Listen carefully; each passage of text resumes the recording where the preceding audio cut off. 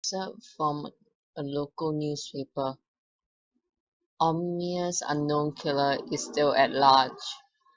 After weeks of unexplained murders, the ominous unknown killer is still on the rise. The little evidence has been found.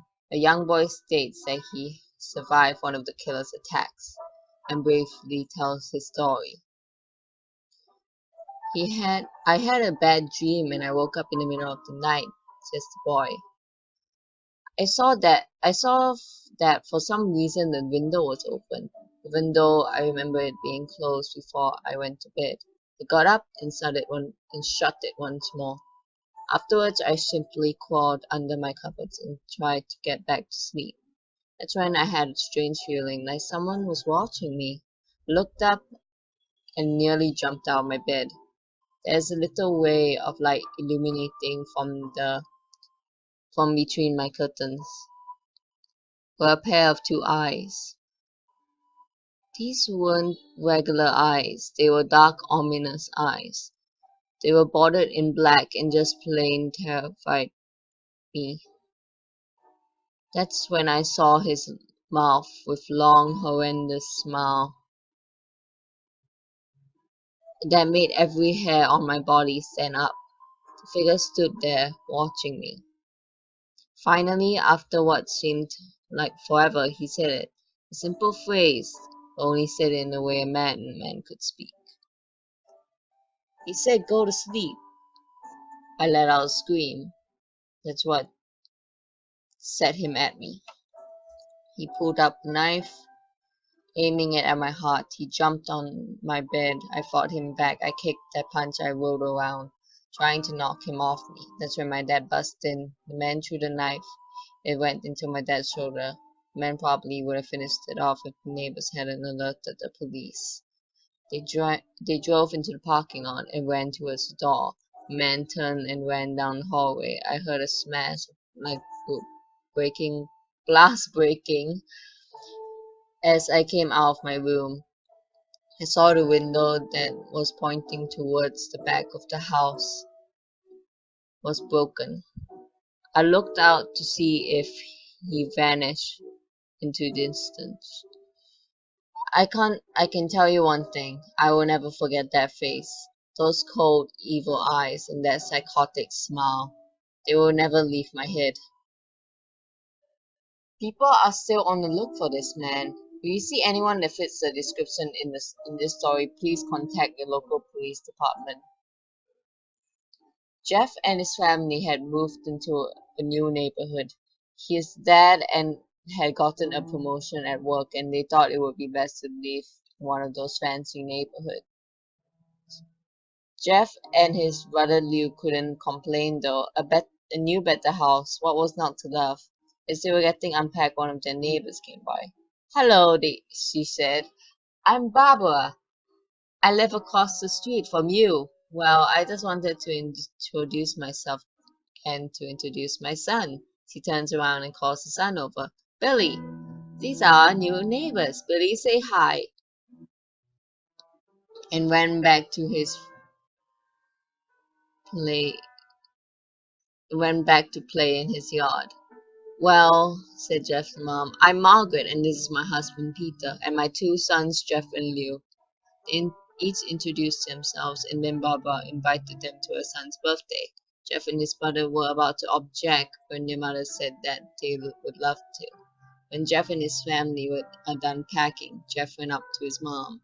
"Mom, why would you invite us to some kid's party? If you haven't noticed, I'm not some dumb kid." "Jeff," said his mother, "we just moved here. You should know that we want to spend time with our neighbors. Now we're going to that party, and that's final." Jeff started to talk, but stopped himself knowing that he couldn't do anything. Whenever his mom said something, it was final. He walked up to his room and plopped down on his bed. He sat looking at his ceiling, and suddenly he got a weird feeling. Not so much pain, but a weird feeling. He just dismissed it. As some random feeling he heard his mother call him down to get his stuff. He walked down to get it. The next day, Jeff walked down the stairs to get breakfast and got ready for school. As he sat there eating his breakfast, he once again got that feeling. This time it was stronger. It gave him a slight tugging pain, but he once again dismissed it as he and Liu finished breakfast. They walked down to the bus stop. They sat there waiting for the bus, and then all of a sudden, some kid on a skateboard jumped over them, only inches above their laps. They both jumped in surprise. Hey, what the hell? The kid landed and turned back to them. He kicked his skateboard up and caught it in his hands. The kid seems to be about 12, 1 year younger than Jeff. He wears an Ariel pastel t-shirt and ripped blue jeans. Well, well, well. It looks like we got some new meat. Suddenly, two other kids appeared. One was super skinny and the other was huge. Well, since you're new here, I'd like to introduce ourselves. Over there is Keith. Jeff and you look over to the skinny kid. Get some dopey face that would expect a sidekick to have. And he's Troy. They look over to the fat kid. Talk about the top of a lot. This kid looked like he hadn't exercised since he was crawling.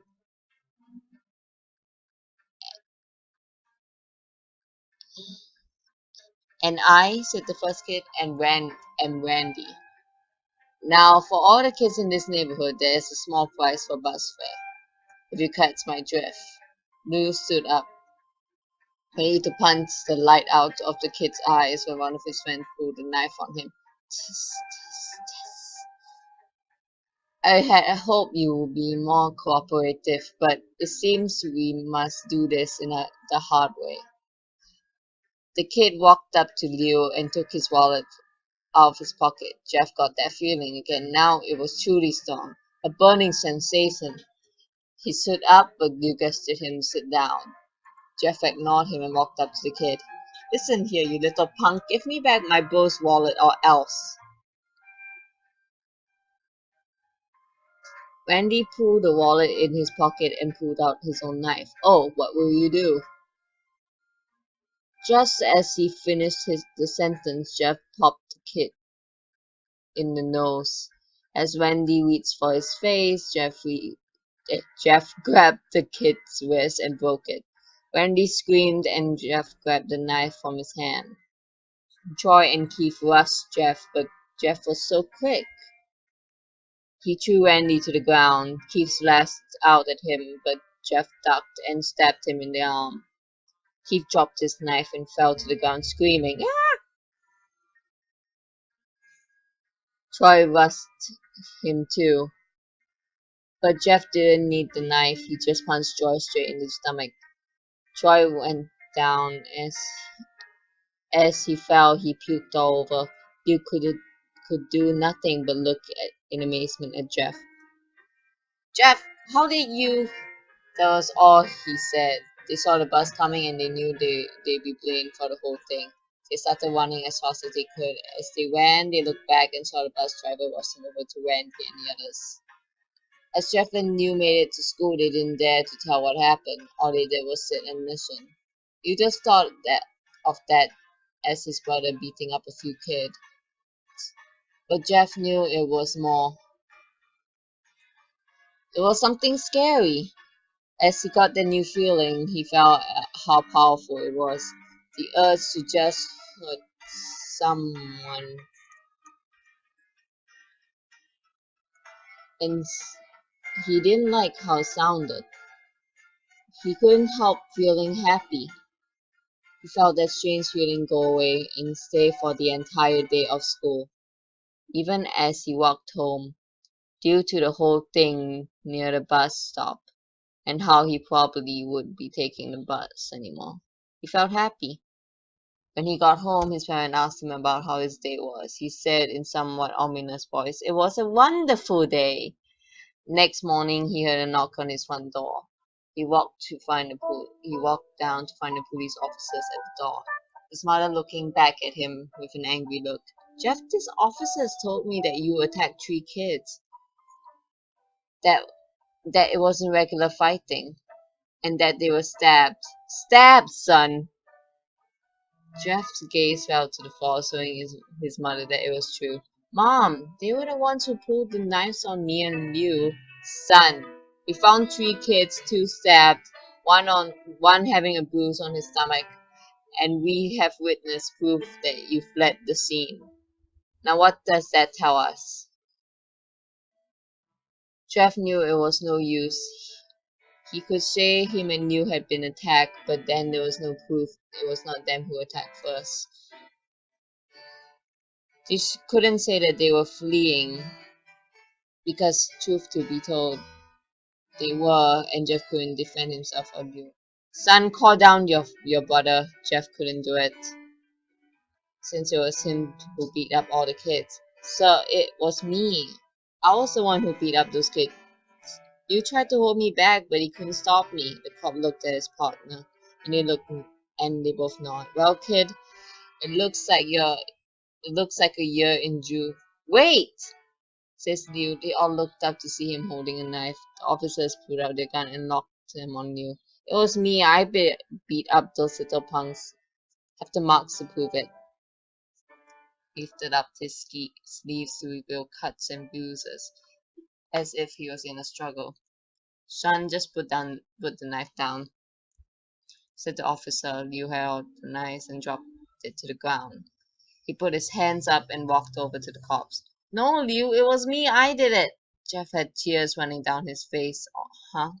Poor Will, trying to take the blame for what I did. Well, take me away. The police let Liu out of the patrol car. Liu, tell them it was me. Tell them I was the one who beat up those kids.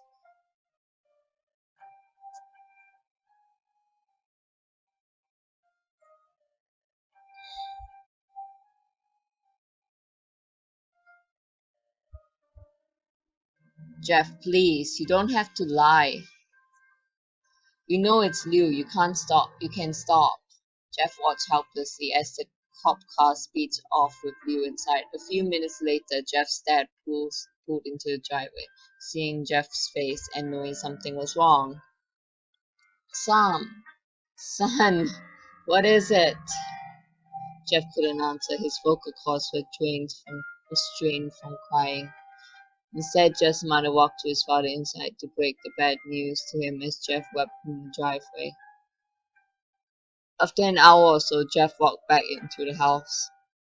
Seeing that his parents were both shocked, sad, and disappointed, he couldn't look at them. He couldn't see how they thought of Liu when it was his fault. He just went to sleep, trying to get the whole thing out of his mind. 2 days went by with no word from Liu at JDC. No friends to hang out with, nothing but sadness and guilt. That is until Saturday, when Jeff woke up by his mother with a happy, sunshiny face.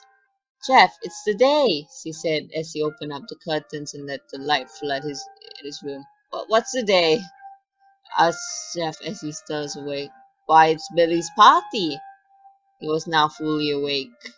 Mom, you're joking. You don't expect me to go to some kid's party after there was a long pause.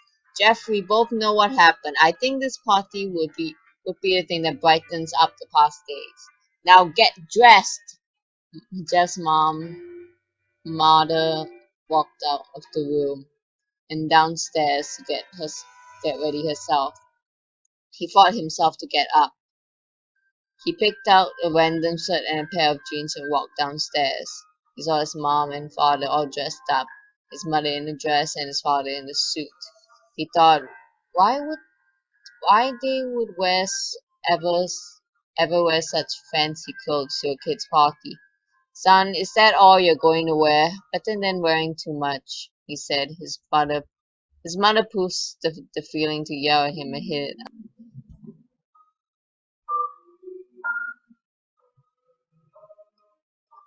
Just now, Jeff, we may be overdressed, but this is how you go if you want to make an impression. said his father. Jeff grunted and went back up to his room. "But I don't have any fancy clothes," he yelled downstairs. "Just pick something," called his mother. He looked around in his closet for what he would call fancy. Found a pair of black dress pants. He had special occasions and an undershirt. He couldn't find a shirt to go with it though. Looked around and found a striped and patterned shirt, one of which would go with dress pants. Fine. Finally, he found a white hoodie and put it on. "You're wearing that?" they both said. His mother looked at her watch. "Oh no, time to change." "Oh no, time to change. Let's go," she said as she hurried off, and his father looked out the door. They crossed the street over to Barbara's and Billy's house. They knocked on the door, and at it appeared that Barbara, just like his parents, way overdressed. As they walked inside, all Jeff could see were adults, no kids. "The kids are out in the yard, Jeff. How about you go meet some of them?" said Barbara. Jeff walked outside to the yard, full of kids. They were running around in weird cowboy costumes and shooting each other with plastic guns. He might as well be standing in Toys R Us. Suddenly, a kid came up to him and handed him a toy gun and a hat. "Hey, wanna play? Wanna play?" he said. No, kid, I'm too old for this stuff." The kid looked up to him with that weird puppy dog face. "Please," said the kid. "Fine," said Jeff. He put on the hat and started to pretend shoot at the kids. At first he thought it was totally ridiculous, but then he started to have fun. So he played with the kids for a little while until he heard a noise, a weird rolling noise. Then it hit him. Randy, Troy, and Keith all jumped over the fence on the skateboards. Jeff dropped the fake gun and ripped off the hat. Randy looked at Jeff with burning hatred. "Hello, Jeff, is it? We have some unfinished business." Jeff saw his bruised nose. "I think we're even. I beat the crap out of you, and you get my brother sent to JDC." Randy got an angry look in his eyes. "No, I don't go for even. I go for winning. You may have kicked our asses that one day, but not today." As he said that, Randy rushed at Jeff. They both fell to the ground. Randy punched Jeff in the nose, and Jeff grabbed him by the ears and head-butted him. Jeff pushed Randy off, and both rose to their feet. Kids were screaming, and parents were running out of the house. Troy and Keith both pulled out guns out of their pockets. "No one interrupts or guts will fly," they said.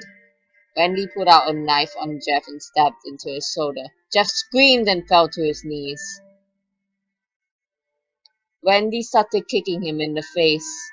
After three kids, Jeff grabbed his foot and twisted, causing Randy to fall to the ground. Jeff stood up and walked towards the back door. Troy grabbed him. "Need some help?" He picks up Jeff by the back of the collar and throws him to the patio door. As Jeff tries to stand, he gets kicked down to the ground. Randy repeatedly starts kicking Jeff until he starts to cough up blood. "Come on, Jeff, fight me!" He picks Jeff up and throws him into the kitchen. Randy sees a bottle of vodka on the counter and smashes the glass over Jeff's head. "Fight!" He throws Jeff into the living room. "Come on, Jeff, look at me." Jeff glances up, his face riddled in blood. "I was the one who got your brother sent to JDC. And now you're just gonna sit there and let him rot in there for a whole year? You should be ashamed." Jeff starts to get up. "Oh, finally you stand and fight." Jeff is now at his feet, blood and vodka on his face. Once again, he gets it. That strange feeling. the one in which he hasn't felt for a while. Finally, he's up, said Randy as he once at Jeff. That's when it happens. Something inside Jeff snaps. His psyche is destroyed. All rational thinking is gone. All he can do is kill. Grabs Randy and powers drive him to the ground. He gets on top of him, punches him straight in the heart. The punch causes Randy hard to stop. As Randy gasps for air, Jeff hammers on him. Punch after punch, blood gushes out from Randy's body until he takes one final breath and dies. Everyone is looking at Jeff now, the parents, crying kids, even Troy and Keith. Although they easily break from their gaze and point their guns at Jeff, Jeff sees the guns trained on him and runs for the stairs. As he runs, Troy and Keith let out fire on him. 8 shot missing. Jeff runs up the stairs. He hears Troy and Keith follow up behind as they let out their final rounds of bullets. Jeff ducks in the bathroom. He grabs the towel rack and rips it off the wall. Troy and Keith race in, knives ready. Troy slings his knife at Jeff, who backs away and bangs the towel rack into Troy's face. Troy goes down hard, and now all is left is Keith. He is more agile than Troy now, and ducks when Jeff swings the towel rack. He dropped the knife and grabbed Jeff by the neck. He pushed him into the wall. A thing of bleach fell down on top of him. From the top shelf, it burned both of them. They both started to scream. Jeff wiped his eyes as best as he could. He pulled back the towel wrap and swung it straight into Keith's head. As he lay there bleeding to death, he let out an ominous smile. What's so funny, Jeff? Wait a minute. What's so funny, Jeff asked. Keith pulled out a lighter and switched it on. What's funny is that you're covered in bleach and alcohol. Jeff's eyes widened as Keith threw the lighter at him. As soon as the flame made contact with him, the flames ignited the oil in the vodka while the alcohol burned him. The bleach bleached his skin. Jeff let out a terrible scream as he caught on fire. He tried to roll out the fire, but it was no use. The alcohol had made him a walking inferno. He went down the hall and fell down the stairs. Everyone started screaming as they saw Jeff, now a man on fire, drop to the ground nearly dead. The last thing Jeff saw his mother and his other parents trying to extinguish the flame. That's when he passed out. When Jeff woke up, he had a cast around his face. He couldn't see anything, but he felt a cast on his shoulder and stitches all over his body. He tried to stand up, but he realized there was some tube in his arm, and when he tried to get up, he fell out, and the nurse wants in. I don't think you can get out of bed just yet, she said, and put him back to bed and reinserted the tube. She sat there with no reason, no idea of what his surroundings were. Finally, after hours, he heard his mother. Honey, are you okay? She asked. Jeff couldn't answer, though. His face was covered. He was unable to speak. Oh, honey, I have great news. After all the witnesses told the police that Randy confessed of trying to attack you, they decided to let you go. This made Jeff almost bolt up, stopping halfway, remembering the tube coming out of his arm. He'll be out by tomorrow, and then you two will be together. Will be able to be together again. Jeff's mother hugs Jeff and says her goodbyes. The next couple of weeks were those where Jeff was visited by his family. Then the day where his bandages were to be removed, his family were there to see it. What he would look like as the doctors unwrapped the bandages from Jeff's face. Everyone was on the edge of their seats. They waited until the last bandage holding cover of his face was removed. Let's hope for the best, said the doctor. He quickly pulls the cloths, letting the rest fall from Jeff's face. Let's Jeff's mother screams at the sight of his face. Lewis and Jeff's dad stare awestruck at his face. What happened to my face? Jeff said he rushed out of the bed and ran to the bathroom. He looked in the mirror and saw the cause of distress. His face. It's horrible. His lips were burned to a deep shade of red. His face was turned into a pure white color, and his hair sank from brown to black. He slowly put his hand to his face. It had a sort of leathery feel to it now. He looked back at his family, then at the mirror. Jeff, said Leo. It's not that bad. Not that bad, said Jeff. It's perfect. His family were equally surprised. Jeff started laughing uncontrollably. His parents noticed that his left eye and hand were twitching. Jeff, are you okay? Okay. I've never felt more happy. Look at me. This face goes perfectly with me. He couldn't stop laughing. He stroked his face, feeling it, looking at it in the mirror. What caused this? Well, you may recall that when Jeff was fighting, Wendy's something in his mind. His sanity snapped. Now he was left as a crazy killing machine. His parents didn't know. Doctor, said Jeff's mom, is my son alright? You know, in the head? Alright, this behavior is typical for patients that have taken very large amount of painkillers. If his behavior doesn't change in a few weeks, bring him back here and we'll give him a psychological test. Oh, thank you, doctor. Jeff's mother went over to Jeff.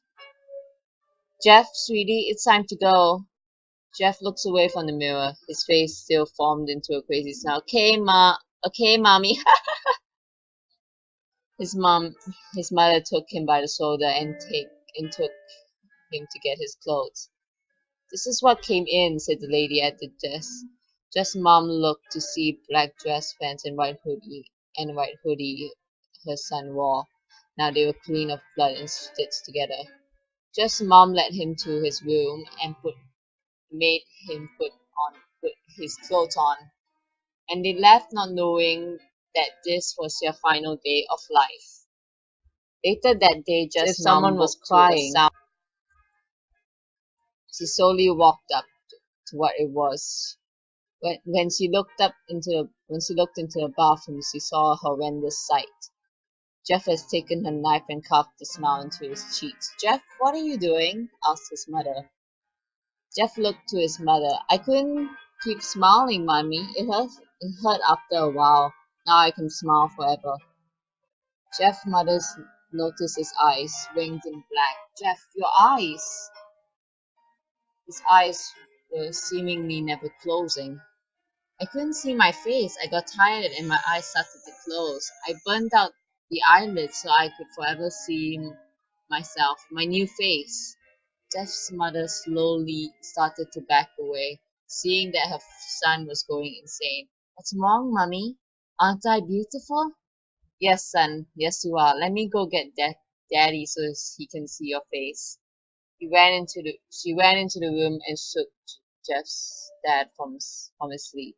Honey, get the gun, She stopped as she saw Jeff in the doorway holding a knife. Mommy, you lied. That's the last thing they heard as Jeff rushes at them with a knife, gutting both of them.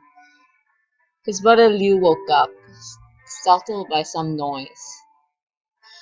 Jeff, he didn't hear anything else, so he shut his eyes and tried to go back to sleep. As he was on the border of slumber, he got the strangest feeling that someone was watching him. He looked up before Jeff's hand covered his mouth. He slowly raised the knife to plunge it into Liu.